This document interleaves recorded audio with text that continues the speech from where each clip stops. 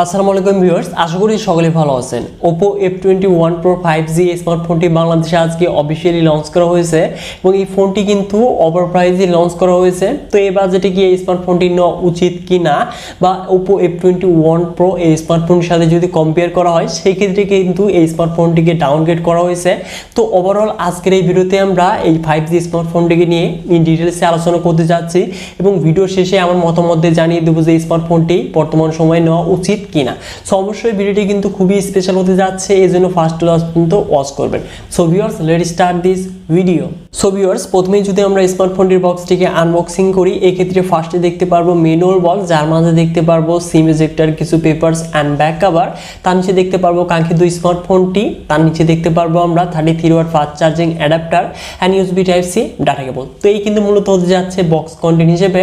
তো এবার যদি মুভ করা যায় স্মার্টফোনটিতে, তো এই ফোনটির ফ্রেম এবং রিয়ারে দেখতে পারবো আমরা পলিকার্বনেট ম্যাটেরিয়াল, যেটি কিনা গ্লসি ফিনিশিং এর সাথে আসতে যাচ্ছে। তো ওপর যে ডিজাইন এবং বিল কোয়ালিটি সবসময় বেটার হয়ে থাকে, তো এবারও তারা বেটারই রেখেছে। এবং এই ফোনটির রিয়ারের ক্যামেরার চারপাশে দেখতে পারবো 8GB রিং লাইট, তো এখানে দুটি থাকছে। তো এই রিং লাইটের মেইন কাজটি হচ্ছে মেসেজ নোটিফিকেশন বা যদি কল আসে সেই ক্ষেত্রে কিন্তু এটি জ্বলবে, এছাড়া কিন্তু তার কিন্তু কোনো কাজই নেই। তো অবশ্যই আপনি যদি লো লাইটে থাকেন সেই ক্ষেত্রে এটি কিন্তু অনেকটাই বেটার ফিল মনে হয়। তো এবার যদি আসি এই ফোনটির পোর্টস এবং বাটনে, তো ডান সাইডে দেখতে পারবো পাওয়ার বাটন এবং বাম পাশে থাকছে ভলিউম আপ এবং ডাউন বাটনের সাথে হাইব্রিড সিম সল, যেখানে আমরা একসাথে দুটি সিম ইউজ করতে পারবো বা একটি সিম বা একটি মেমোরি কার্ড ইউজ করতে পারবো। এবং এই ফোনটির টপে থাকছে সেকেন্ডারি নয়েজ ক্যান্সেলেশন মাইক্রোফোন, তো এটি কিন্তু একটি ভালো বিষয়। এবং এই ফোনটির নিচের দিকে দেখতে পারবো 3.5mm auto Jack, primary microphone, USB Type-C port এবং স্পিকার গ্রিল। এবং এই ফোনটির ওয়েট হতে যাচ্ছে 173 গ্রাম এবং থিকনেস 7.5mm। তো অবশ্যই ফোনটি হালকা এবং পাতলা হতে যাচ্ছে। তো অবশ্যই এই ফোনটি হাতে নিয়ে কিন্তু আমরা খুব ইজিলি কমফোর্টেবল ভাবে ইউজ করতে পারবো এই ফোনটিকে।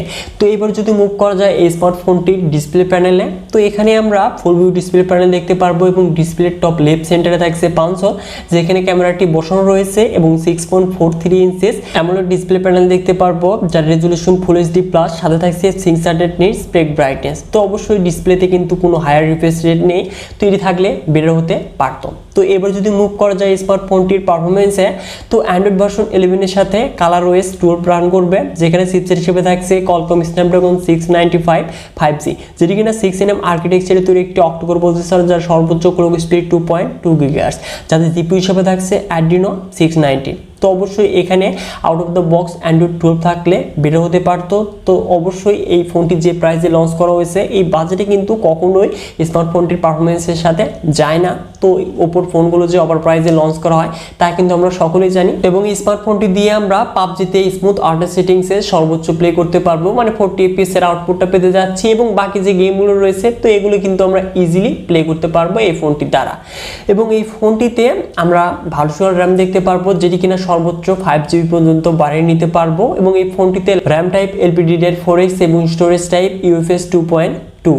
তো এবার যদি মুভ করা যায় স্মার্টফোনটির ক্যামেরাতে, তো রিয়ারে দেখতে পারবো ট্রিপল ক্যামেরা সেটআপ, যার মেইন ক্যামেরাটি 64 মেগাপিক্সেল, যার অ্যাপারচার হলো 1.7, সাথে থাকছে 2 মেগাপিক্সেল ম্যাক্রো এবং 2 মেগাপিক্সেল ডেপথ সেন্সর। এবং এই ফোনটির ফ্রন্টে দেখতে পারবো 16 মেগাপিক্সেল সেলফি ক্যামেরা। তো অবশ্যই এখানে ক্যামেরাতে কিন্তু ডাউনগ্রেড করা হয়েছে, কারণ এখানে 2 মেগাপিক্সেল মাইক্রোস্কোপ সেন্সরটি কিন্তু মিসিং থাকছে, যেটি কিনা Oppo F21 Pro তে কিন্তু একটি হাইলাইটেড ফিচার্স বলে আমরা জেনে এসেছি। এবং এই ফোনটির ফ্রন্টে কিন্তু 32 মেগাপিক্সেল ক্যামেরা ছিল, কিন্তু 5G তে কিন্তু এখানে ডাউনগ্রেড করা হয়েছে। তো অবশ্যই এই ফোনটির রিয়ারের যে মেইন ক্যামেরাটি 64 মেগাপিক্সেল, তো এটি দিয়ে আমরা সর্বোচ্চ 1080p 30 fps এ ভিডিও রেকর্ড করতে পারবো। এবং এই ক্যামেরা দিয়ে যাই হোক ভালোই ফটোগ্রাফি করতে পারবো, কিন্তু এই বাজেটে কখনোই এই ফটোগ্রাফি মানানসই নয়। তো অবশ্যই আর বাদ বাকি যে সেন্সরগুলো রয়েছে এগুলো কিন্তু আজাইরাই দিয়ে রাখছে। তো এবার যদি মুভ করা যায় স্মার্টফোনটির কমন ফিচার্সে, তো land, Bluetooth 5.1, GPS, USB Type-C port. এবং এই স্মার্টফোনটির সিকিউরিটি হিসেবে দেখতে পারবো আমরা ইন ডিসপ্লে ফিঙ্গারপ্রিন্ট স্ক্যানার। এবং সাথে থাকছে 4500 mAh ব্যাটারি, যেটি কিনা 33 ওয়াট ফাস্ট চার্জিং সাপোর্টেড। এবং এই স্মার্টফোনটি দিয়ে আমরা 65 মিনিটে 100% চার্জ কমপ্লিট করতে পারবো। এবং অবশ্যই আমরা 1.5 দিনের মতো ব্যাটারি ব্যাকআপ পেতে যাচ্ছি স্মার্টফোনটি থেকে, এবং হ্যাভি ইউজার হলে 1 দিনের মতো ব্যাটারি ব্যাকআপ পেয়ে যাব।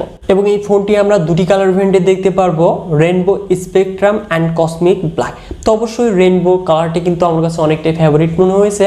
তো এবার যদি মুভ করা যায় স্মার্টফোনটির প্রাইসে, তো এই ফোনটি লঞ্চ হওয়ার আগে কিন্তু আমি ভিডিওটি মেক করছি, কিন্তু আমরা কনফার্মভাবে জানতে পেরেছি এই স্মার্টফোনটির প্রাইস 36 কিংবা 37,000 টাকার মধ্যে বাংলাদেশে অফিসিয়ালভাবে লঞ্চ হতে যাচ্ছে। তো এই ফোনটিকে কিন্তু Oppo F21 Pro স্মার্টফোনটি থেকে ডাউনগ্রেড করা হয়েছে। তো এখন কথা হচ্ছে স্মার্টফোনটি নেওয়া উচিত কিনা 36 এবং 37,000 টাকা বাজেটে। তো দেখেন এখানে ডিসপ্লেতে কোনো হায়ার রিফ্রেশ রেট নেই এবং ক্যামেরাতে ডাউনগ্রেড করা হয়েছে। তো এই বাজেটে আসলে তো ডিজাইন এবং বিল কোয়ালিটি ছাড়া আমার কাছে কিন্তু তেমনটা বেটার মনে হয়নি, কেননা এই বাজেটে অনেকগুলো স্মার্টফোন বাজারে অ্যাভেলেবল রয়েছে। কিন্তু Oppo F21 Pro, তো এই ফোনটি বর্তমান 29,000 টাকায় অ্যাভেলেবল রয়েছে অফিসিয়ালি। তো এই ফোনটিও কিন্তু অনেকটাই বেটার।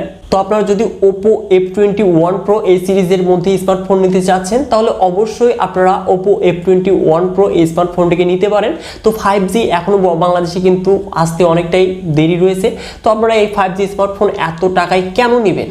তো অবশ্যই এই ক্ষেত্রে আপনারা 4G ভেরিয়েন্টটা নিতে পারেন। সো ভিউয়ার্স, আজকের এই ভিডিওটি এই পর্যন্তই। আশা করছি ভিডিওটি ভালো লেগেছে। যদি ভিডিওটি বিন্দু পরিমাণ ভালো লেগে থাকে তাহলে অবশ্যই ভিডিওতে একটি লাইক করে দিবেন এবং এই চ্যানেলটিতে নতুন হলে অবশ্যই চ্যানেলটিকে সাবস্ক্রাইব করে হয়ে যাবেন ফ্যামিলির একজন নতুন সদস্য। সো ভিউয়ার্স, দেখা হচ্ছে পরবর্তী নতুন কোনো ভিডিও নিয়ে।